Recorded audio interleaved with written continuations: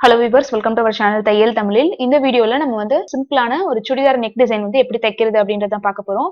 இந்த வீடியோ வந்து பிகினர்ஸ் எல்லாத்துக்குமே வந்து ரொம்ப யூஸ்ஃபுல்லா இருக்கும். சிம்பிள் அண்ட் ஈஸியான மெத்தட்ல தான் நான் சுடிதார் நெக் டிசைன் எப்படி தைக்கிறதுன்னு சொல்லியிருக்கேன். வீடியோ ஃபர்ஸ்ட்ல இருந்து கடைசி வரைக்கும் ஃபுல்லா பாருங்க.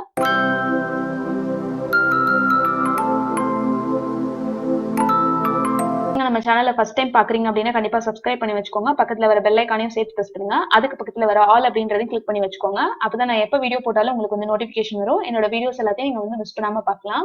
இப்போ நான் வந்து சுடிதார் வந்து லைனிங் அதுக்கப்புறம் வந்து மெயின் கிளாத் எல்லாமே கட் பண்ணி எடுத்து வச்சிருக்கேன். இதோட பேண்ட் கிளாத்தும் இந்த மாதிரி டிசைன் பண்றதுக்காக எடுத்து வச்சிருக்கேன். டிசைன் வந்து ஃபர்ஸ்ட் நம்ம வந்து லைனிங்ல கட் பண்ணி எடுத்துக்கலாம். ஷோல்டர் வந்து பாத்தீங்கன்னா 5.25 வச்சிருக்கேன். இப்ப கழுத்து அகலம் வந்து நம்ம 2.5 இன்ச்சுக்கு மார்க் பண்ணிக்கலாம். இதுல நம்ம கேன்வாஸ் எதுவுமே யூஸ் பண்ண போறது கிடையாது. சிம்பிளா வந்து ஒரு எக்ஸ்ட்ரா கிளாத் கொடுத்து தான் தைக்க போறோம். கழுத்தோட உயரம் வந்து 6 இன்ச் அளவுக்கு மார்க் பண்ணிக்கிறேன். இது மாதிரி உங்களுக்கு தேவையான நீள அகலத்துக்கு மார்க் பண்ணிக்கோங்க. இப்ப கழுத்து உயரம் மார்க் பண்ண இடத்துல இருந்து எக்ஸ்ட்ரா ஒரு 4 இன்ச்சுக்கு கீழே மார்க் பண்ணி திரும்பவும் லைன் போட்டுக்கலாம். இப்ப கழுத்து உயரம் முடிஞ்ச இடத்துல இருந்து உள்பக்கம் 1 இன்ச்சுக்கு மார்க் பண்ணிக்கிறேன். மேல இருந்து அந்த இடம் வரைக்கும் ரவுண்ட் ஷேப்க்கு போட்டுக்கோங்க. அதுக்கப்புறம் கீழே வந்து இந்த மாதிரி மார்க் பண்ணி விட்டுக்கோங்க. ஒரு கீழே ஸ்டார் நெக் இருக்கிற மாதிரி. இந்த இடத்துல நம்ம வந்து பேண்ட் கிளாத் கொடுத்து பேட்ச் பண்ண போறோம். எப்படி வந்து ஈஸியா பண்றதுன்னு பார்க்கலாம். இப்போ லைனிங்ல வந்து இந்த கிளாத்தை வந்து கட் பண்ணி எடுத்துக்கலாம். மேல பிரிட்ஜ் மாதிரி வச்சு நம்ம எப்பயும் கட் பண்ணுவோம்ல அதே மெத்தட்ல கட் பண்ணி எடுத்துக்கோங்க. சென்டர்ல கழுத்து உயரம் எந்த இடத்துல முடியுதோ அதையும் கட் பண்ணிட்டு பேட்ச் பண்றதுக்கான கிளாத்தை மட்டும் தனியா வச்சுக்கோங்க. இது வந்து நமக்கு கேன்வாஸ் கட் பண்றதுக்கு தேவைப்படும். இதுதான் நம்ம வந்து பேண்ட் கிளாத்ல வச்சு தைக்க போறோம். இப்ப தைக்கிறது எப்படின்னு பார்க்கலாம். இப்ப நம்ம கேன்வாஸ் யூஸ் பண்ணாம எக்ஸ்ட்ரா வந்து மெயின் கிளாத்லயே நான் வந்து ஒரு எக்ஸ்ட்ரா கிளாத் வந்து எடுத்து வச்சிருக்கேன். இதோட நீளம் வந்து ஒரு 11 இன்ச்சுக்கு எடுத்திருக்கேன். அகலம் வந்து மடிச்சதுக்கு அப்புறம் 5 இன்ச் இருக்கு. இதை ஃபர்ஸ்ட் வந்து ஓபன் பண்ணி சென்டர் நாச் கட் பண்ணி வச்சுக்கலாம். இதுக்கு மேல மெயின் கிளாத்தோட நல்ல பக்கம் மேல தெரியுற மாதிரி வச்சுக்கோங்க. அதுக்கப்புறம் சென்டர்ல லைன் போட்டுக்கலாம். அதுக்கு மேல லைனிங்ல நம்ம கட் பண்ணியிருந்தோம்ல அந்த டிசைனை வந்து மேல எடுத்து வச்சுக்கலாம். சென்டர் கரெக்டா இருக்கிற மாதிரி வச்சு பின் பண்ணி எடுத்துக்கோங்க எல்லா பக்கமும். இப்ப இந்த நெக் ஷேப் நம்ம என்ன கட் பண்ணிருக்கோமோ அதே ஷேப்புக்கே அந்த ப்ரெஷர் ஃபுட்ல ஒரு ஃபுட் இடைவெளி விட்டு ஒரு தையல் போட்டு எடுத்துக்கோங்க. எந்த இடத்துல கார்னர்ஸ் வருதோ அந்த இடத்துல வந்து ஊசி நிப்பாட்டி கரெக்டா வந்து திருப்பி எடுத்துக்கோங்க. அப்பதான் நமக்கு வந்து அந்த நம்ம என்ன கட் பண்ணமோ அதே ஷேப் திரும்பி வரும். ஃபுல்லா வந்து ஒரு தையல் போட்டு எடுத்துக்கலாம்.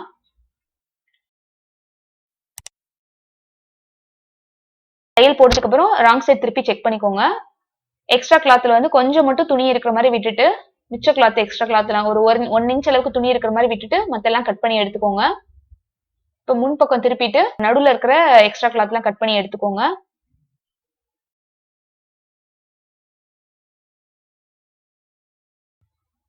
இப்போ சென்டர்ல அந்த கார்னர் வர இடத்துல எல்லாம் வந்து நம்ம சிசர் கட் போட்டு விடணும். அதுக்கப்புறம் வளைவுகள் வந்து வெளிப்பக்கமா திரும்புற இடத்துல வி மாதிரி ஷேப்ல கட் பண்ணி விட்டுக்கோங்க. அந்த கர்வ் ஷேப் வர்ற இடத்துல எல்லாம் வந்து சும்மா வந்து ஃபர்ஸ்ட் நம்ம சிசர் கட் போட்டு விட்டோம்ல அந்த மாதிரி போட்டுக்கோங்க. வளைவு வெளிப்பக்கம் திரும்பினா மட்டும் இந்த மாதிரி வி மாதிரி கட் பண்ணி எடுத்துக்கணும்.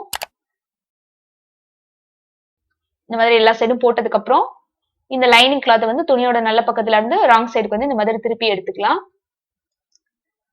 இப்ப இதுக்கு மேல நமக்கு வந்து கழுத்து வந்து திரும்பி வந்துருச்சு. இது வந்து நமக்கு மேல் பக்கம்.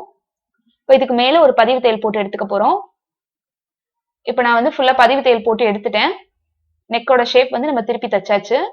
இப்ப சென்டர்ல வந்து பாத்தீங்கன்னா நம்ம அந்த எக்ஸ்ட்ரா கிளாத் கட் பண்ணியிருந்தோம்ல அதுக்கு சைட்ல வந்து துணி எக்ஸ்ட்ரா தான் இருக்கும்.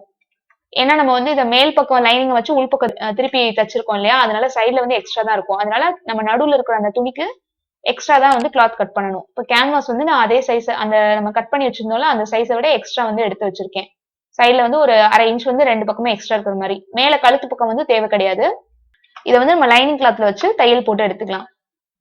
அயன் பண்றதுனா கூட நீங்க அயன் பண்ணி எடுத்துக்கலாம். நான் லைனிங் கிளாத்ல அப்படியே வந்து ஸ்டிச் போட்டு எடுத்துக்கிறேன். இப்ப சுத்தி எக்ஸ்ட்ரா கிளாத் எல்லாம் வந்து கட் பண்ணி விட்டுக்கலாம். எக்ஸ்ட்ரா இருக்கிற மாதிரி கட் பண்ணிருக்கேன். மேல மட்டும் அப்படியே வந்து இருக்கிற துணியை அப்படியே கட் பண்ணி எடுத்திருக்கேன். இப்ப பேண்ட் கிளாத்தோட நல்ல பக்கம் மேல தெரியுற மாதிரி எடுத்து வச்சிருக்கேன். இதோட அந்த கழுத்து பகுதி முடிகிற இடம் இருக்கு இல்லையா அந்த இடத்துல மட்டும் ஒரு ஃபுட் அளவுக்கு நம்ம வந்து தையல் போட்டு இத வந்து லைனிங் கிளாத்தை வந்து உள்பக்கம் திருப்பி எடுத்துக்க போறோம். ஸ்ட்ரைட்டா இந்த இடத்துல தையல் போட்டதுக்கு அப்புறம் எக்ஸ்ட்ரா கிளாத் கட் பண்ணிட்டு இந்த லைனிங் வந்து உள்பக்கமா திருப்பி விட்டு மேல வந்து நம்ம லைனிங்கையும் மெயின் கிளாத்தையும் சேர்த்து தையல் போட்டு எடுத்துக்கலாம்.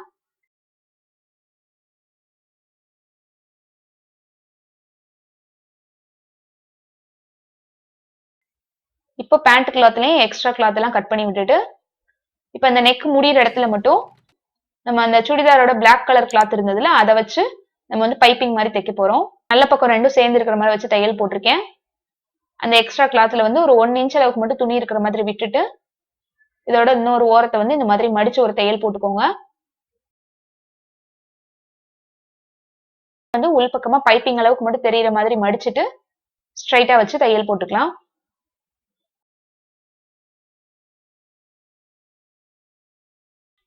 ஒரு ஃபுட் இடைவெளியில இன்னொரு தையல் கூட போட்டு விட்டுக்கலாம். இப்ப சைடுல எக்ஸ்ட்ரா கிளாத்ல கட் பண்ணதுக்கு அப்புறம் இதை ரெண்டா மடக்கி சென்டர்ல வந்து மார்க் பண்ணிக்கோங்க.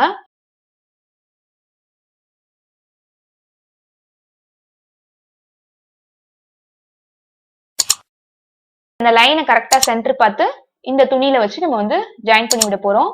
மேல இருந்து நம்ம கழுத்தோட உயரம் வந்து 6 இன்ச் மார்க் பண்ணாலும் அந்த இடத்த வந்து மார்க் பண்ணி விட்டுக்கலாம். அந்த உயரத்துல தான் இப்ப நம்ம நடுவுல தச்சு வச்சிருக்கிற அந்த பேட்ச் துணியை வச்சு ஜாயின் பண்ணி விடணும். அப்பதான் கழுத்து உயரம் வந்து நமக்கு கரெக்டா வரும். சென்டர் வந்து கரெக்டா அந்த கீழே இருக்கிற டிசைன்ல சென்டர் கரெக்டா வச்சுக்கோங்க. ஃபுல்லா வந்து பின் பண்ணி எடுத்துட்டு இந்த ஜாயின் பண்ண இருக்கிற இந்த இடத்துல மட்டும் தையல் போட்டு எடுத்துக்கலாம். அந்த ஷேப்க்கு மட்டும் தையல் போட்டு எடுத்துக்கலாம்.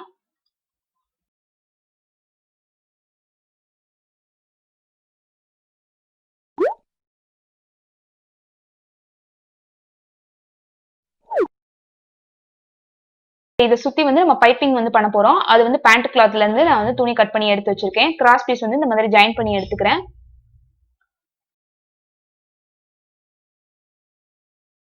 இந்த கிராஸ் பீஸோட அகலம் வந்து பாத்தீங்கன்னா ஒரு 1.25 இன்ச் அளவுக்கு எடுத்துக்கிறேன். இதை வச்சுதான் நம்ம சைட்ல பைப்பிங் பண்ண போறோம். இதை வந்து ரெண்டா மடிச்சு எடுத்துக்கோங்க. ஃபர்ஸ்ட் நல்ல பக்கம் மேல தெரியுற மாதிரி தான் மடிச்சிருக்கேன். உங்களுக்கு பைப்பிங் வந்து எந்த அகலத்துக்கு வேணுமோ அந்த அகலத்துக்கு ஃபர்ஸ்ட் தையல் போட்டுக்கோங்க.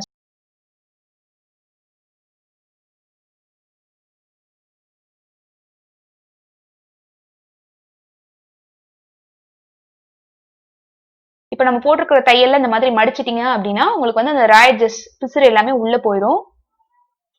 இதை வந்து நம்ம அந்த கழுத்தோட அந்த டிசைனுக்கு பக்கத்துல ஒரு ஃபுட் இடைவெளியில கேப் விட்டு இந்த மாதிரி மார்க் பண்ணிக்கோங்க. அதே ஷேப்லயே அந்த இடத்துல வச்சு பைப்பிங் மாதிரி தைக்க போறோம்.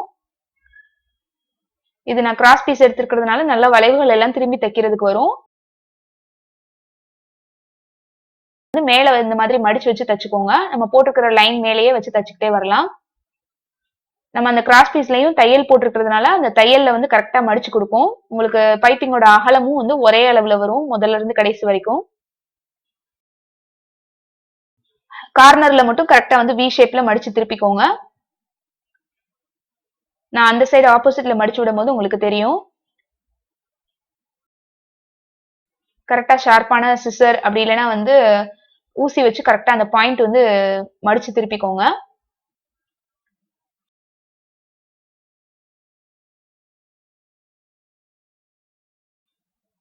இப்ப பைப்பிங்கோட ஒரு சைடு தானே நம்ம தையல் போடுறோம். ஃபுல்லா தையல் போட்டதுக்கு அப்புறம் இன்னொரு தையல் வந்து இன்னொரு சைடு போட்டு விட்டுக்கலாம். இப்ப இந்த சைடு பார்க்கும்போது உங்களுக்கு வந்து கரெக்டா மடிச்சு விடுறது தெரியும். இந்த மாதிரி நான் கட்டர் வச்சு ஃபர்ஸ்ட் வந்து ஸ்ட்ரைட்டா வந்து மடிச்சுட்டு அந்த பாயிண்ட் வந்து கரெக்டா இருக்கிற மாதிரி மடிச்சுக்கோங்க துணியை. இந்த மாதிரி மடிச்சு விட்டுட்டு தான் நம்ம வந்து அந்த வி ஷேப் திரும்புற இடத்துல எல்லா இடத்துலயும் மடிச்சு விடணும்.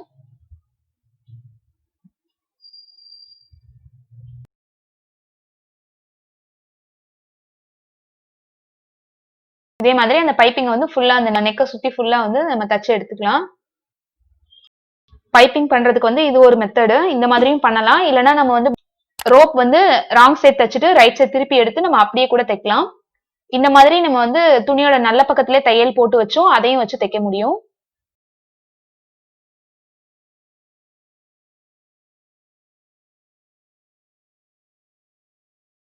இப்ப இந்த பைப்பிங் கிளாத்தோட இன்னொரு சைடும் வந்து தையல் போட்டு எடுத்துக்கலாம். லேஸ்க்குலாம் நம்ம எப்படி தச்சு விடுவோம் அதே மாதிரியே.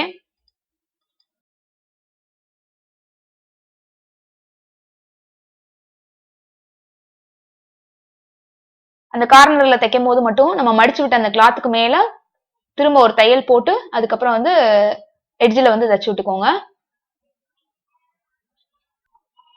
அப்பதான் வந்து அந்த கார்னர்ஸ்ல எல்லாத்துலயும் வந்து நமக்கு துணி வந்து பிளாட்டா இருக்கும். இல்லைன்னா நம்ம அந்த மடிப்பு துணி வச்சிருக்கிறதுனால கொஞ்சம் நமக்கு உயரமா இருக்கிற மாதிரி இருக்கும்.